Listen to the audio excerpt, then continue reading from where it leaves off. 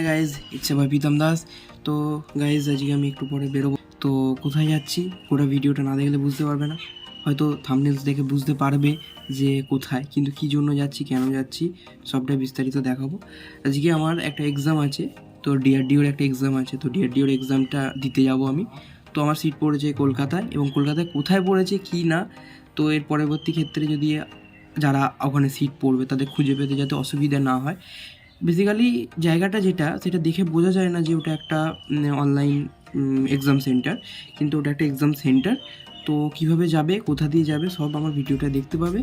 তো চলো, তো আমি বাড়ি থেকে বেরিয়ে পড়েছি, আমাকে বাবা দিতে যাচ্ছে।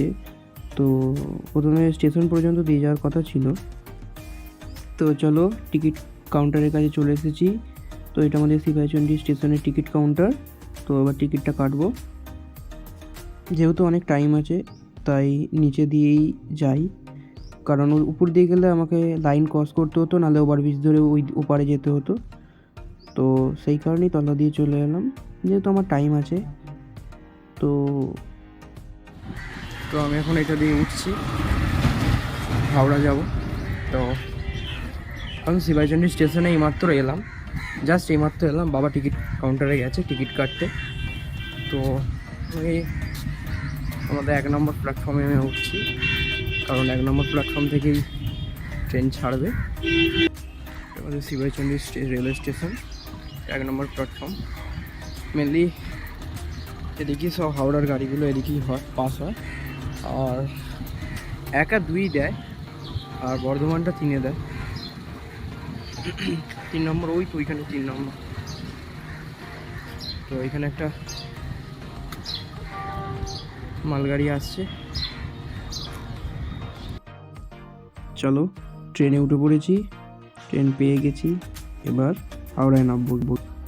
হাওড়া স্টেশনে নেমেছি, এতটাই ভিড়, বাপরে বাপ, পুরো ঠেলে ঠেলে যেতে হচ্ছে। তো পাশে কাকুটা দেখছে। তো চলো, হাওড়া স্টেশনের বাইরে বেরিয়েছি। এবার লঞ্চ ঘাটের দিকে যাব, কারণ হাওড়া স্টেশন থেকে বাস ধরার থেকে লঞ্চ ধরে যাওয়াটাই ভালো। চলে এসেছি হাওড়া স্টেশন লঞ্চ ঘাট। তো এটা হচ্ছে হাওড়া স্টেশন লঞ্চ ঘাট। তো লঞ্চ ঘাটের ভেতর টিকিট কেটে ভেতরে ঢুকে পড়েছি। 6 টাকা করে নিয়েছিল টিকিট। তো আমরা যাব শোভাবাজার, এখান থেকে শোভাবাজার গেলেই ভালো হয়। তো এখানে আমরা জেটিতে ওয়েট করছি, তো জেটির কাছে আছি। আর তো পিছনে দেখতে পাচ্ছ হাওড়া ব্রিজ।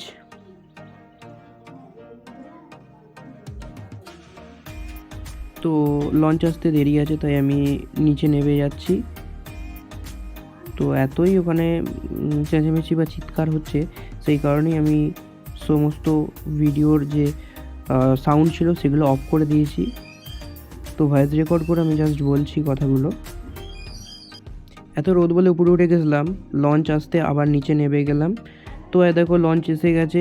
এই লঞ্চটায় চেপেই আমরা শোভাবাজার ঘাটে নামবো, এবং সেখান থেকে হেঁটে আমাদের যেতে হবে।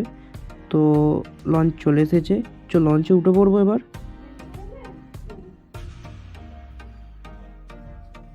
প্রথমবার লঞ্চে চাপছি আমি, জীবনেই প্রথমবার, তাই প্রচুর ভয় ছিল এবং এক্সাইটমেন্টও ছিল যে চাপবো। প্রচণ্ড পরিমাণে ভয় লাগছিল লঞ্চে উঠবো বলে, এবং একটা এক্সাইটমেন্ট কাজ করছিল এই কারণেই যে প্রথমবার উঠবো লঞ্চে। তো আদার সাইড থেকে আরেকটা লঞ্চ এলো, তো যেহেতু জেটিতে স্টে করছে, সেই কারণেই ওই লঞ্চটা এই লঞ্চে লঞ্চ ছেড়ে দিয়েছে। আমি একটু ফাঁকা সুযোগ পেয়েই চলে এসেছি লঞ্চের ধারে। হাওড়া ব্রিজের তলা দিয়েই যাব।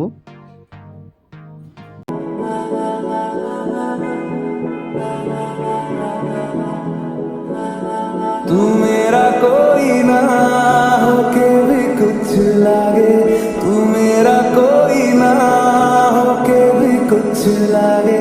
किया रे जो भी तूने कैसे किया रे, जिया को मेरे बांध ऐसे लिया रे, समझ के भी ना समझ मैं सकूं सवेरों का मेरे तू सूरज लागे, तू मेरा कोई ना होके भी कुछ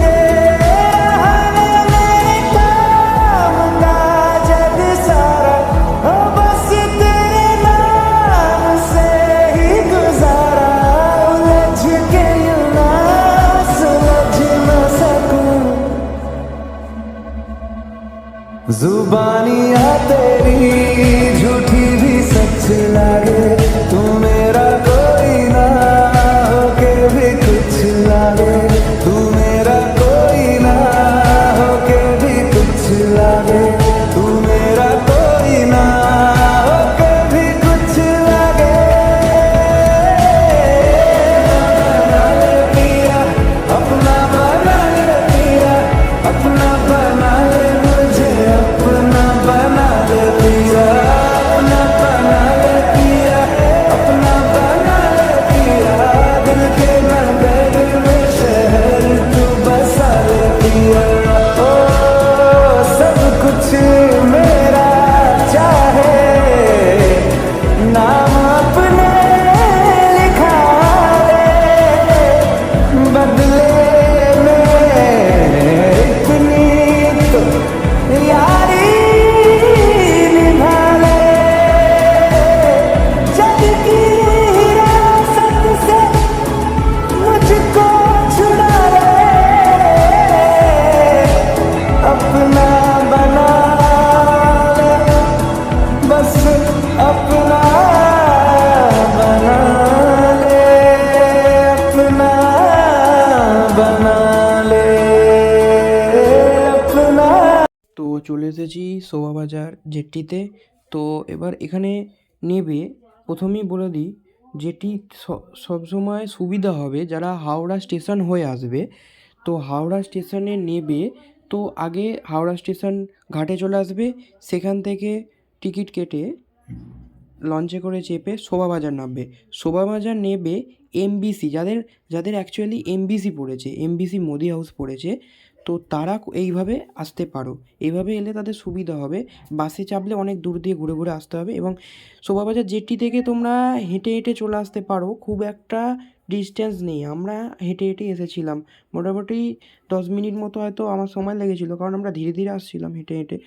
তো এইখানে দেখবে কলকাতা ট্রাফিক পুলিশের শোভাবাজারের অফিস আছে। এছাড়াও তোমরা বিকে পালের বাড়িও দেখতে পাবে, যেটা অনেক পুরনো বাড়ি, এবং ওখান থেকে সোজা হেঁটে গেলে, মানে সোজা একদম হেঁটে আসবে। তো এই দেখো তোমাদের যেখানে পরীক্ষা সেন্টার পড়বে সেটা হচ্ছে এমবিসি মোদি হাউস। তো এটাই হচ্ছে এমবিসি মোদি হাউসের বিল্ডিং। তো প্রথমে কনফিউজ হয়ে গেছিলাম কোন বিল্ডিংটা রে বাবা, তো দেখলাম যে এখানে একটা বিল্ডিংয়ে লেখা আছে এমবিসি, এই বিল্ডিংটি।